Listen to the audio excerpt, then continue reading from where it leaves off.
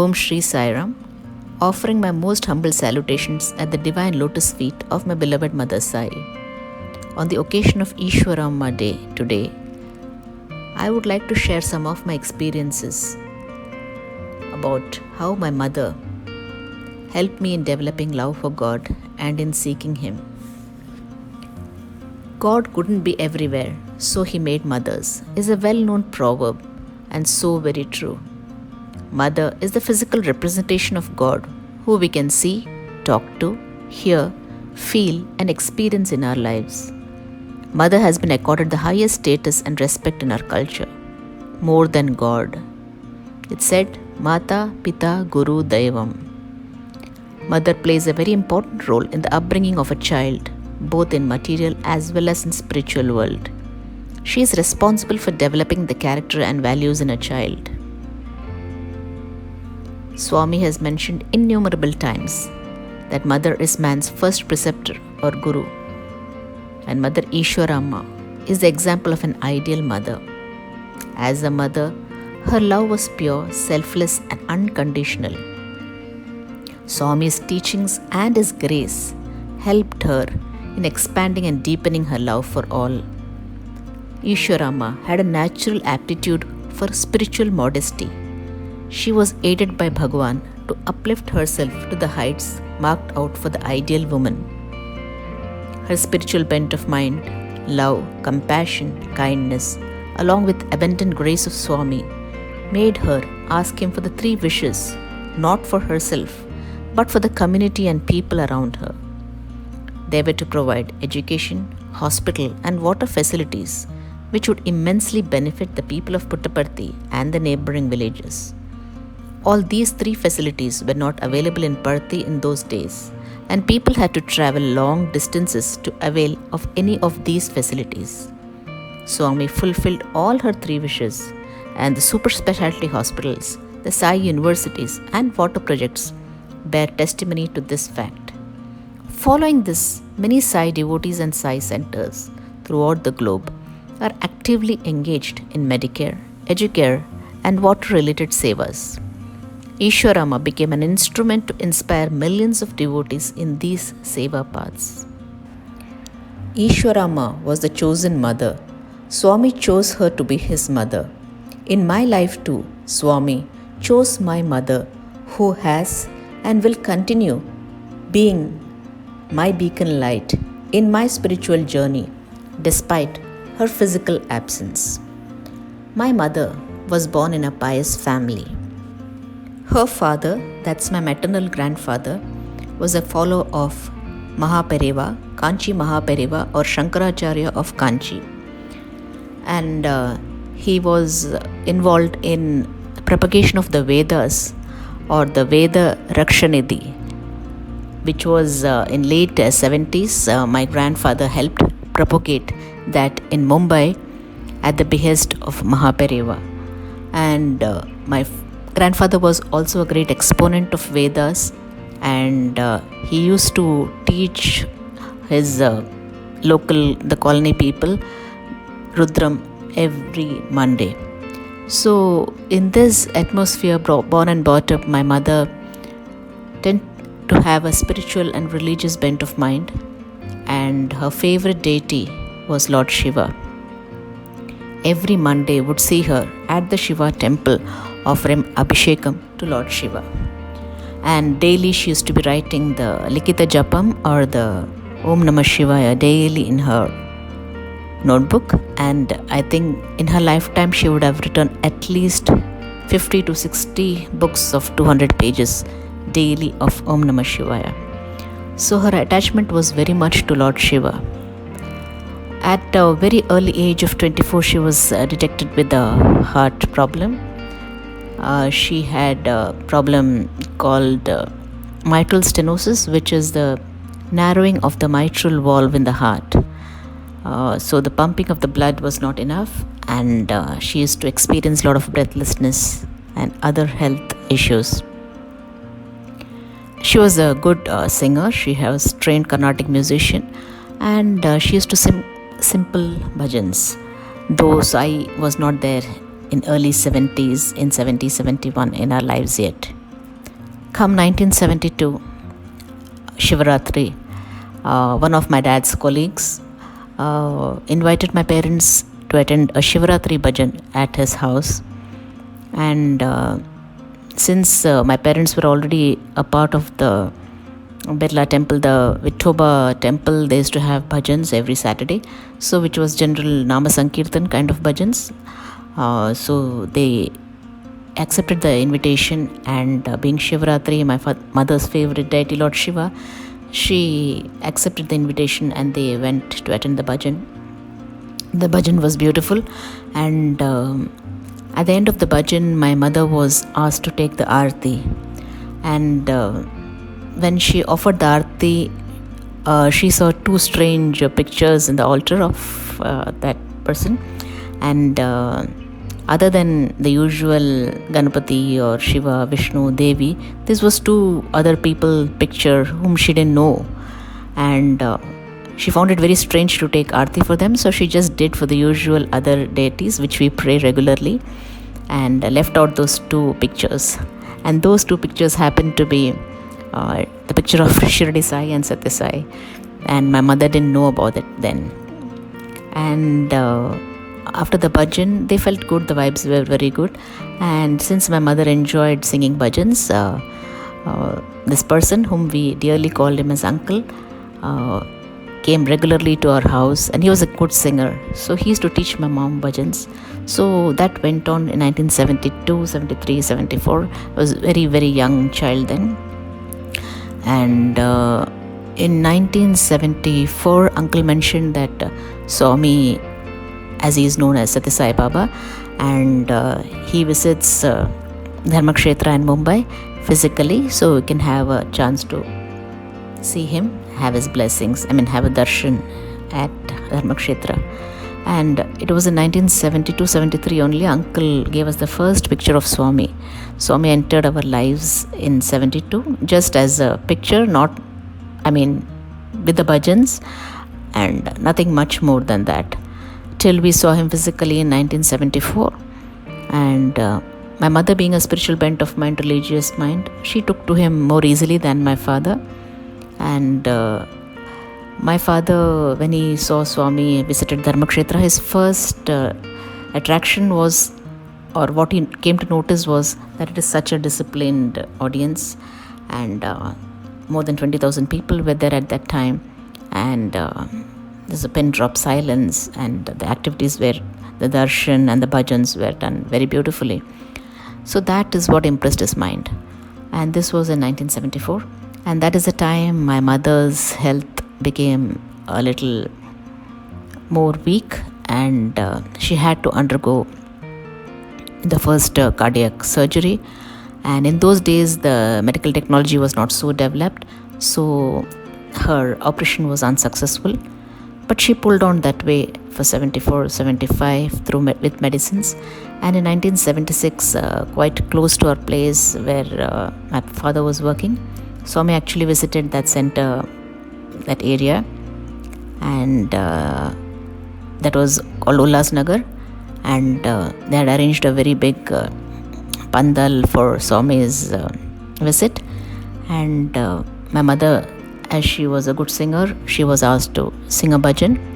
And when Swami came for darshan, the bhajan started, but suddenly the crowds became unruly and it was difficult to manage them, and Swami had to be whisked away in between the program.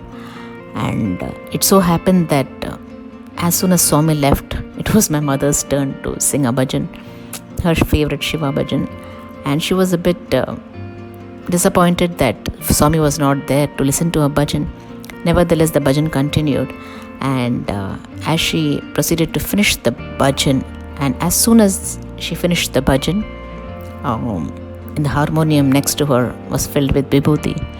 So that is the time, it was a trigger, I would say, that, okay, though he was not physically there, he has something, some divinity or something, which, he just showed it in this manner of grazing her with a vibhuti prasadam. Then a year passed with just general activities of Balvikas and attending, it was just the bhajans, only the attending the bhajans. And in 1977, in the same place, Ulhasnagar, once when she attended a bhajan, local coordinator met her and asked her if she would be interested in taking the Bal Vikas. And my mother didn't know what a Bal Vikas was, so he explained to her that it is building the values and character in children through bhajans and moral stories and shlokas. And he said, anyway, you're very confident of singing the bhajans and other things, the shlokas and the moral value stories, all those you can get a training. And so my mother seemed to be interested in that, and very soon she got trained with the local people there, and she was ready to start the class. But before that, she felt it would be good to have Swami's darshan and take his blessings before she actually starts the Bal Vikas. This was way back in 1977. And 1977 November, my parents visited Prashanthi Nilayam, and this was their first trip. And when they landed in those days, from Bombay, you had to go to Guntakal and then Dharmavaram and then take a bus to Puttaparthi. And usually, most of the people going to Dharmavaram ended up going to Prashanthi Nilayam. So as soon as my parents landed there, the ticket collector told them that Swami is not in Prashanthi Nilayam, he is in Whitefield. If you want, we can extend this ticket to Bangalore. But since my parents wanted to see the ashram also, they said no, we'll just stay for 2 days in ashram and then go and visit Swami in Vrindavan. So that's how they ended up going to Prashanthi Nilayam, and they loved the place, the vibes of the place, the discipline. And after 2 days of the blissful stay there, they went to Vrindavan and Whitefield. In those days, it was not a Sai Ramesh hall, it was the tree with the Krishna statue below it, and Swami used to come in that small pandal for darshan. And they were seated, and Swami came for darshan, and he came quite close to my mother, and he asked her in Tamil, "Eppo vandache?" means when did you come? But since it was my mother's first interaction or something with Swami spoke to her, she couldn't respond immediately, and Swami left very beautifully, gracefully left to the gen side. And by the time around her, everybody started telling, "Oh, you are so blessed. Have you come for the first time here? And Swami has already spoken to you. Why didn't you answer?" So she was a bit, she said, "I didn't realize that he spoke to me, and before I could answer, he has left." So that was in her mind that, I should have responded. And anyway, the darshan got over, and my parents came to the gate in the Vrindavan Whitefield. And as they were stepping out of the gate, Swami's car Swami was leaving for somewhere. So the car came next to the gate, and as next to my parents, the car halted, and Swami put down his window shield and blessed them with a good smile. So my mother was very delighted and took this as Swami's blessing for starting the Bal Vikas class. And in 1977, 23rd of November, the Bal Vikas class started at our place with me and my brother as my mother's first students. And that's how my introduction to Swami and Bal Vikas started for me. And the children in our building started also attending. They were interested in stories and learning shlokas. And slowly many children gathered at home. And the parents, of course, didn't know what was happening, because they felt, though the children are going somewhere, learning something good, so it's good. They didn't know much about it. They didn't know who is Sai Baba. But slowly they started seeing that transformation is beginning in their houses. The houses where they never used to light lamps, the children used to go and tell, we have to light a lamp, and you have to show agarbatti. All those kind of activities started happening, and they used to go into we have to always speak the truth, and these are the human values. So the parents were very happy and delighted, but they didn't know what was the background. Or so many used to come and check, sit to their class or come and have some discussions with my mother, wanting to know more about Swami. And slowly many of them actually became devotees, and they experienced a lot of grace from Bhagwan. And that's how the journey of Bal Vikas and the slow transformation started in our colony in those days itself. And my father was very much interested in Seva. So Swami's teaching of Seva attracted him the most than anything else. So they used to have the village adoption, and the local samiti used to adopt the village. So my father used to go for the village Seva medical camps. He was a very active person, so he in all these activities. So he used to be the local in charge for the Vishnu Sahasranam when the Laksharchana used to happen, and then he used to be the Ayyappa Puja, then the blood donation camps. Everywhere my father would take a lead and initiative for all this. And this was going on for 3-4 years. The Narayan Seva, the local, my mom used to be part of the Narayan Seva and Bal Vikas bhajans. So these were the 3 things going on. And my dad's Seva, of course, the village. And this went on for 3-4 years. And in 1981, my mom's health was deteriorating very badly. And she was taken to the cardiologist, and the doctor had given her only 6 months of life if she didn't go through the surgery. And she was not at all keen to go through the surgery. And she actually told me, because I was very attached to my mother, a very reserved person, and she had told me that, I think if you pray to Swami, my operation can be avoided and I'll become better. And for me, that word of my mother, I had such blind trust with what she told me. And in those days, we used to have a beautiful picture of Swami in a yellow robe. I still remember as a little girl of 8 or 9, maybe 10, 11 years old, I used to pray to Swami there in the altar and keep telling him that, I love my mother the most and I don't have anybody else than her, and you have to save her somehow. I don't know what you will do, but you have to save her. She has told you will save her, and that's what I kept insisting, and every day I'll pray that.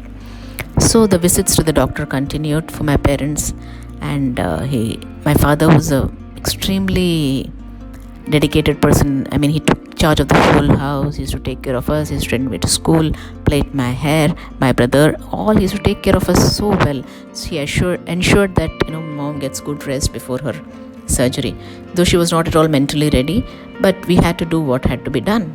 So this went on from October 81 to around January, and slowly the doctor started convincing her that you take vitamins and all, and cope up your health, and I assure you that the surgery will be much, this time it's medically more advanced than 8-9 years back.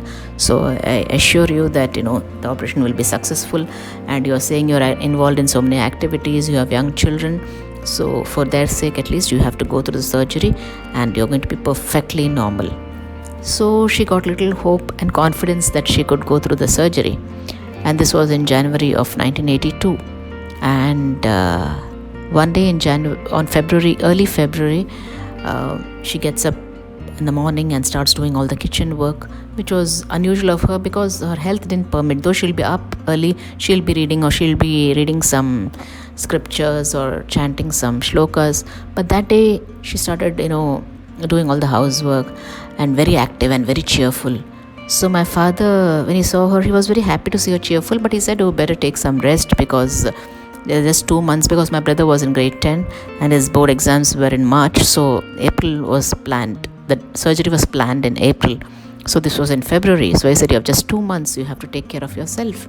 She said, no, I think I'm feeling really good and you have to listen out why I'm saying that. So he said, okay, let me know what made you be so cheerful and this morning. So she mentions that Swami came in my dream early this morning and he has operated on me, and I could see him operating, and his hands were with gloves which are filled with blood, and after the surgery he just closed my chest, and he has put a cross on that, and he just blessed me, tapped my head, blessed me, and has put vibhuti on me and left. So I'm feeling very good now, and right now onwards I'm just going to stop all the medications. I'm just going to have the vibhuti water. So my father was taken aback listening to this. He had some faith in Swami, but he was not too sure whether we can just stop all the medication and just take the vibhuti water. So he convinced her that we should just go and visit the doctor once, and then if the doctor says there's no need for surgery, then it's absolutely fine. But let us get confirmation from him. So within a week, they go and visit the The doctor is surprised to see them, but he is happy to see my mother cheerful and healthy. And he says, "Oh, I think you're mentally ready to get operated." And she says, "Yeah, I'm feeling quite good. I would just request you to just do my test again before the surgery." So he himself does the ECG, and then he's so surprised. He takes the old reports and checks the new one. He said, "Oh my God, I think you don't need any surgery, and you're absolutely fine. And at least for the next 5-7 years, please don't come here to me. Meanwhile, just take only one medication." And the other thing, the whole medication list he put a cross, just as she has seen Swami putting a cross in her dream. And they were so thrilled and so happy. They got back home with a lot of sweets and flowers and fruits.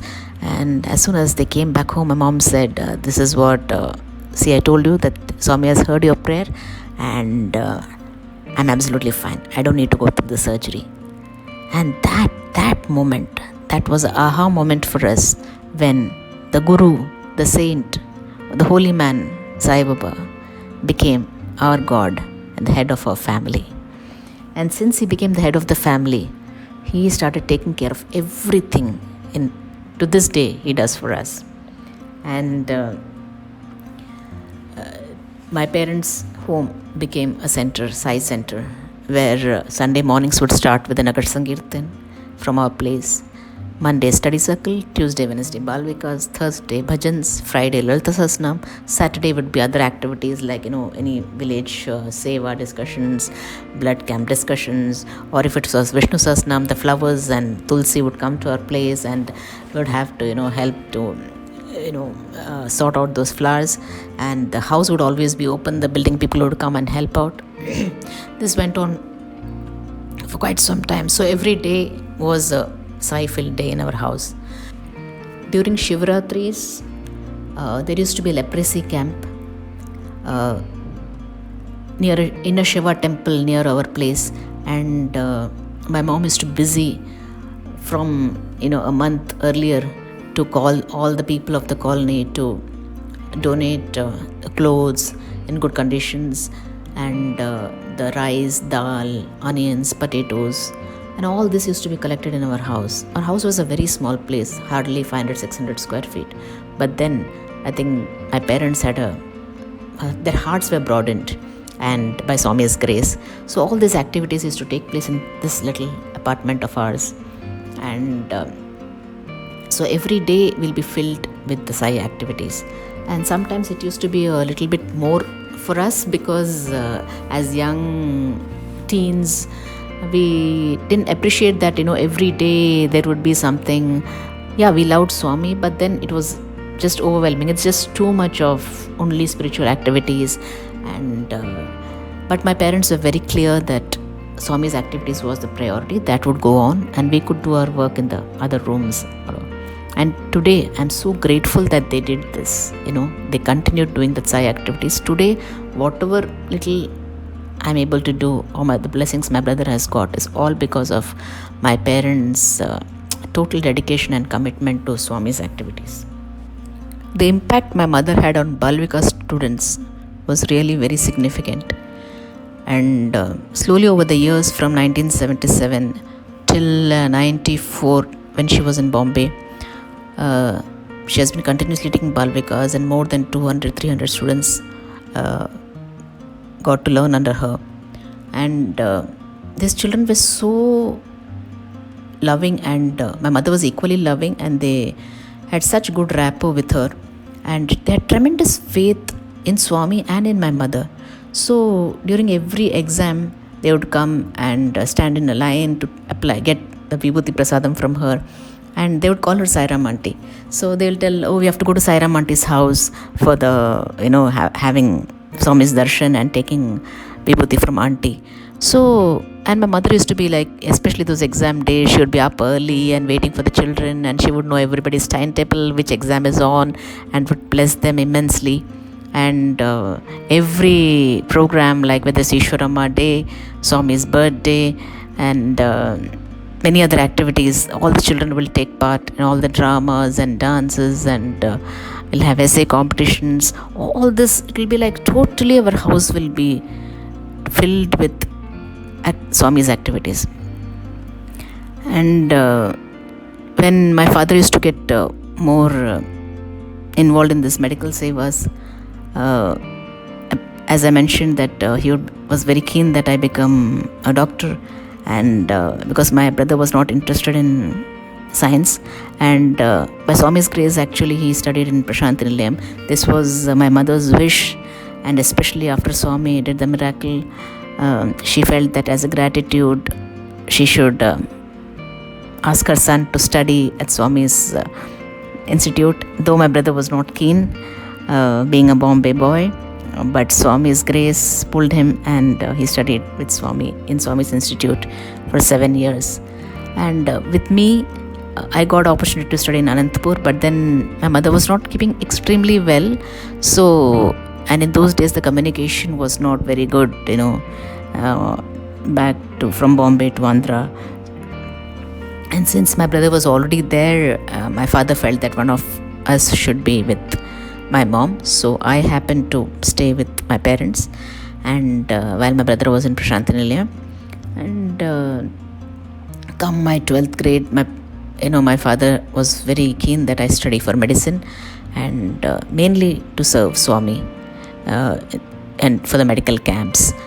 And but within me I knew I was not so confident to be a doctor, and my interest was something else. And for us the only communication with Swami was the letter, and my father used to go for September sevas, and that is the time he used to offer letter to Swami. And whenever Swami accepted the letter, for us it was a clear indication that thing would come to manifest. So whether it was our admission, it was a marriage or health issues, anything, because he was the head of the family, so we had to inform him and take his not inform him, actually seek his permission and blessings. So which he used to always do, take the letter so beautifully and bless us.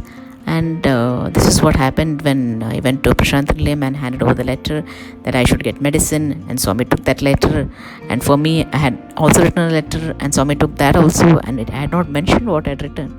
And finally Swami granted me medicine, though not MBBS. I couldn't score enough to get an MBBS seat, and I did the Ayurvedic medicine, is also medical BAMS course, which I got. And I had written to Swami that I want to do pharmacy, and Swami took both the letters, and finally I ended up being a pharmacist. So he answers every prayer, and he knows what is best for each one of us. And today by his grace, at least I could attend some of the medical camps and serve as a pharmacist. So the medical camp thing also, which my father had a deep yearning, that also got fulfilled, and my pharmacy education also came to be of some help in the medical field. So this was regarding my education. And then my marriage. Again, every September when Dad used to go for the Seva, Maharashtra Seva, and he used to give a letter to Swami regarding my marriage. And 2-3 years he kept saying wait.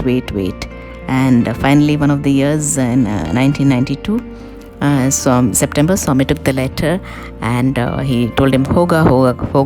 That means it'll happen soon. And the 3 times he mentioned, and by November, December, I got engaged. I got this alliance, and they are really gem of a people, though they are not so devotees, and got a new family who gave me so much love. And to this day, they stand true to what they had initially. They accepted me as a daughter, and still the family, I am the first daughter of the family. So I'm grateful to Bhagwan for that. And during this period, within 1 year of my wedding, I lost my mother. And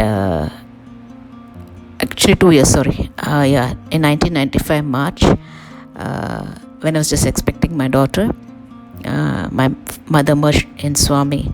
And that's the time Swami gave me a lot of strength to bear this irreparable loss. He gave me a lot of strength. He said, I am your divine mother. And he had sent me my mother-in-law, who is actually mother-in-law. She took care of me so well.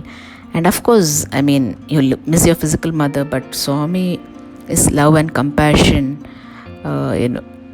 as a divine mother to this day, how he takes care of me is, I can be only grateful, and I'm in awe when I see how he takes care of his children, like as he mentions exactly, like the eyelids taking care of the eyes. So later, when I moved to Singapore, initial 2-3 years after my marriage, I was not so much into Sai activities, as I was busy with my career, with my new family. And then we moved to Singapore. So again I found myself very lonely with my husband traveling, and my child was very small.